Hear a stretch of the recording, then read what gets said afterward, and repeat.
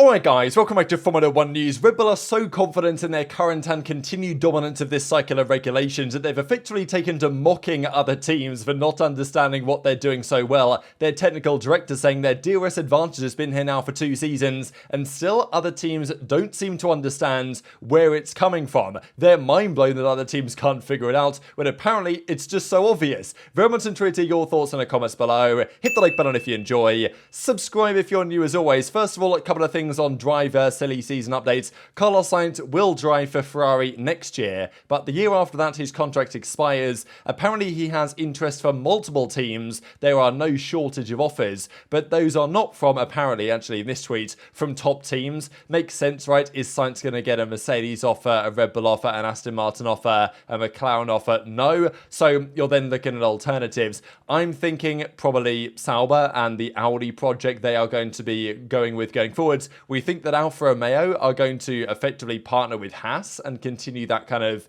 weird Ferrari thing over there. So, and then Sauber are just going to be Sauber and then Audi Sauber in a few years. Sainz has good relationships there, it makes sense. And the reason why I brought this up from Bottas is because Bottas is basically saying, well, makes sense for me to stay at Sauber here because I can, facilitate that transition to Audi in some respects. But if you guys were choosing right now between Bottas and Sainz, what would you do? I would say I would probably go for, I think Sainz is driving better right now, to be honest. So I think the Bottas is definitely not guaranteed to stay there in the long term, especially because Zhou's contract, we believe, is getting extended, and Sauber will probably want a German driver. Well, when they're Audi, they'll want a German driver at some point in the near future. Rumour also says that Hamilton has signed his deal. We've heard this a lot now over the last several weeks, so I don't know if I really believe this, to be honest. But, we've heard he's signing the deal, he's not signing the deal, and now the deal's been signed. So we'll see if that's actually true. He has made it very clear that he wants to stay around in the sport for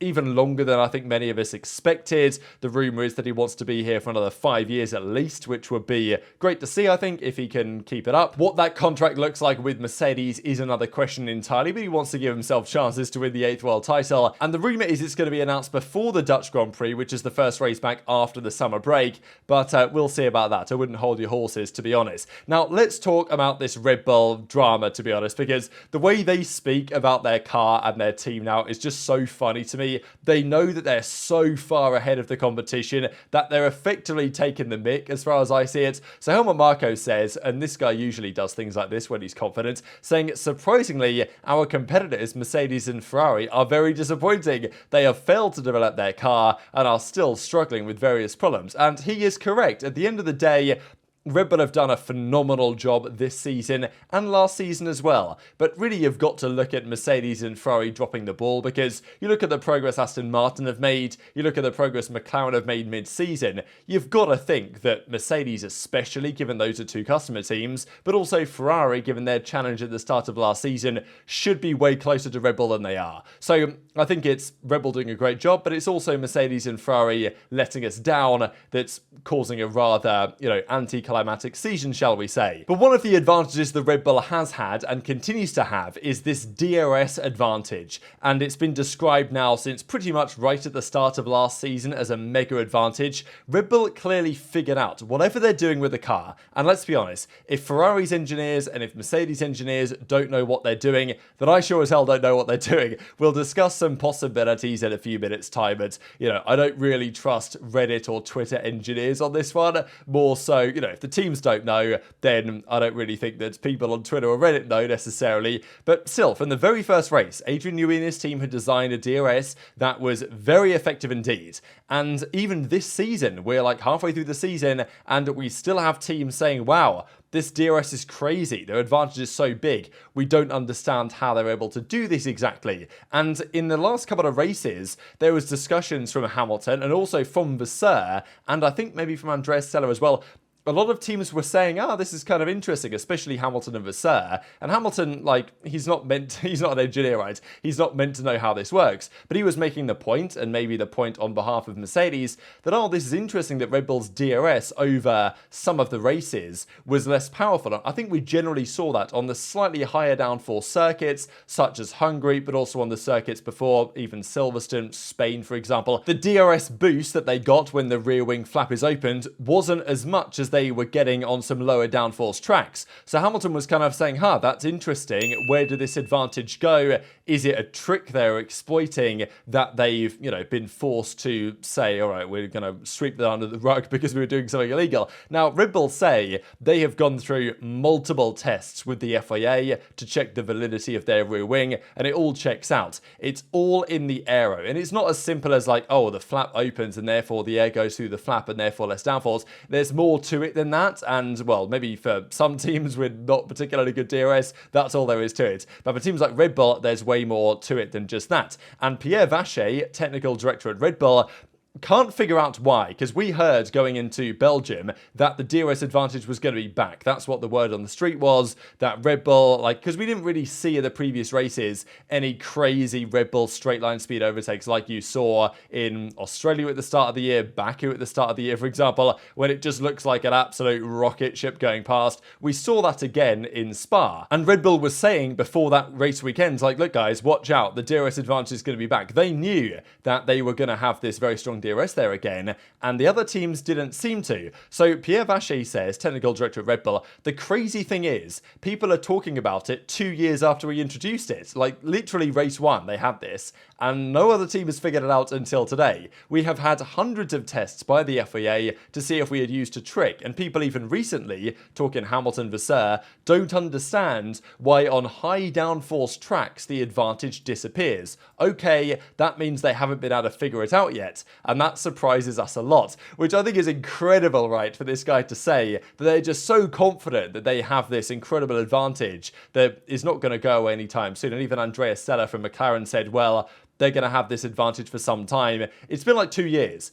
The other teams don't really get it. They literally, from their very first draw-up of designs, they had this in the works. The other teams can't get there. And, Pierre Vacher isn't afraid of giving clues, because he's giving clues here, right? This is a clue.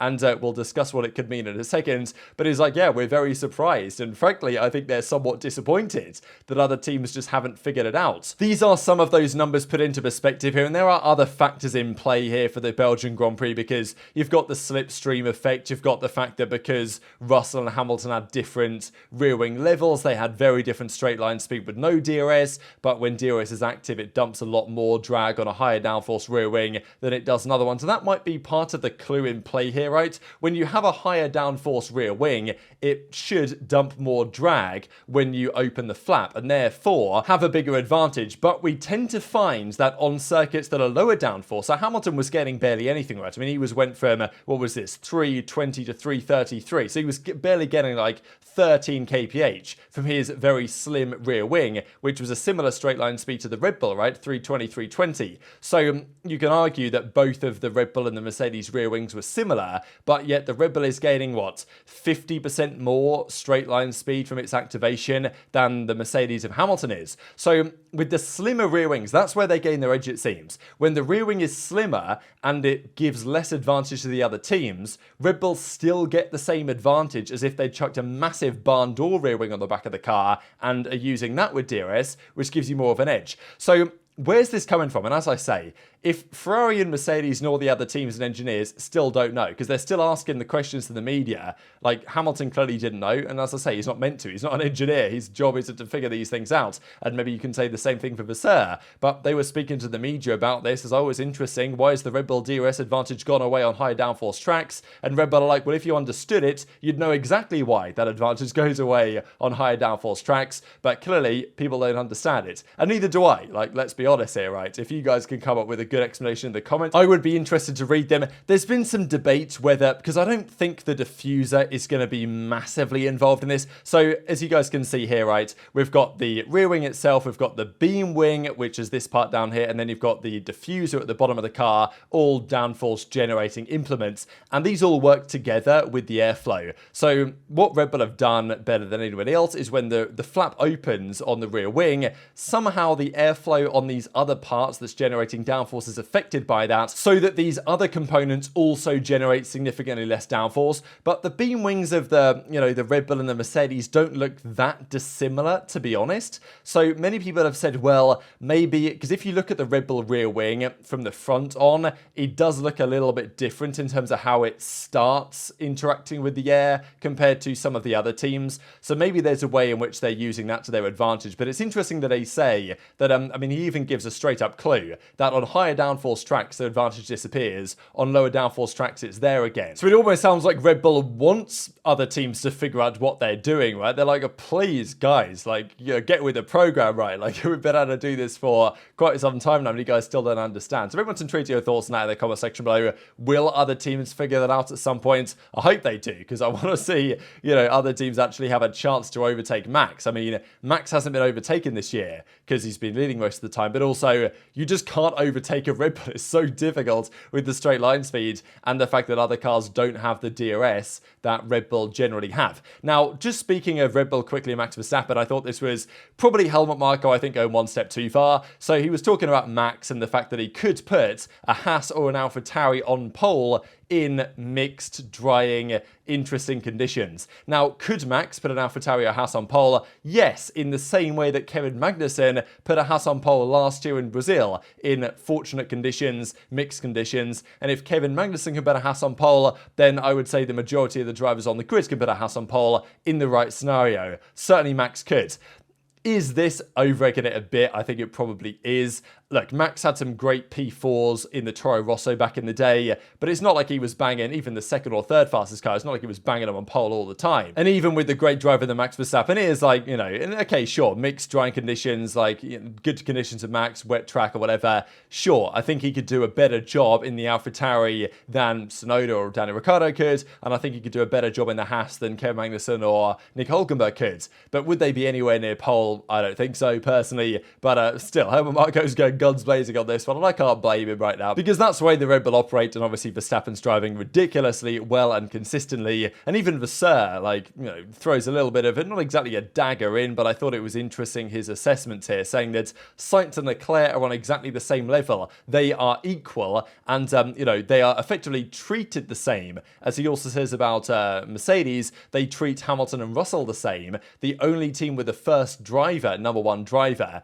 is Red Bull. So, and obviously the previous statement here saying that, Sainz and Leclerc treated equally here at Ferrari, Mercedes and Lewis Hamilton and George Russell treated equally at Mercedes, but Red Bull have a number one driver. The implication is very clear that they treat the drivers differently. And, I don't think you would be wrong to suggest that. We've seen some examples over the last couple of years. But you could also argue that Verstappen is a driver that deserves to be treated differently in such a team. So very much intrigued to your thoughts in the comments below. Hit the like button if you enjoyed. Subscribe if you're new. Take care. And I'll see you next time.